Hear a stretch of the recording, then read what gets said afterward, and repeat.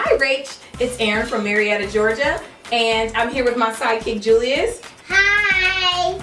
And we all know that the holiday season is a special time to give someone gifts that you made with love. So what better way to show someone how much you love them than with a personalized ornament? For this project you'll need a set of clear plastic ornaments, ground glitter in a color of your choice, water-based polyurethane, a small paintbrush, a pair of scissors, a household syringe, a funnel set in various sizes, burlap strips to hang your ornaments, a few paper towels.